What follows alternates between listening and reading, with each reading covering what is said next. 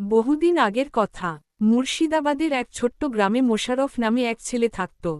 গরিব পরিবারে জন্ম তার। মোশাররফ যখন একেবারে ছোট, তখনই তার বাবা মারা যান। এরপর সে তার মায়ের সঙ্গে থাকত।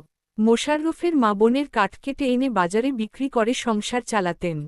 এভাবেই বহু বছর কেটে যায়। কিন্তু সময়ের সঙ্গে সঙ্গে তিনি বুড়িয়ে যান, আর কাজ করতে পারেন না। ফলে ঘরে খাবার ফুরিয়ে যায়। এ সময় মোশাররফ বড় হয়ে ওঠে এবং কাজের খোঁজে বাইরে বেরোয়। সারাদিন খুঁজেও কোনো কাজ পায় না, ক্লান্ত হয়ে এক গাছের নিচে বসে বিশ্রাম নেয়। গাছটির পাশে ছিল একটি ঝিল, যার নাম মতি ঝিল।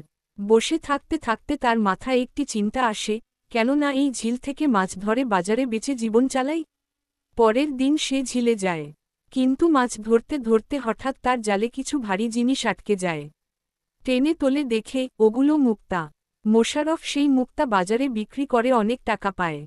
এরপর সে বিয়ে করে, মাকে সঙ্গে নিয়ে সুখে শান্তিতে জীবন কাটাতে থাকে।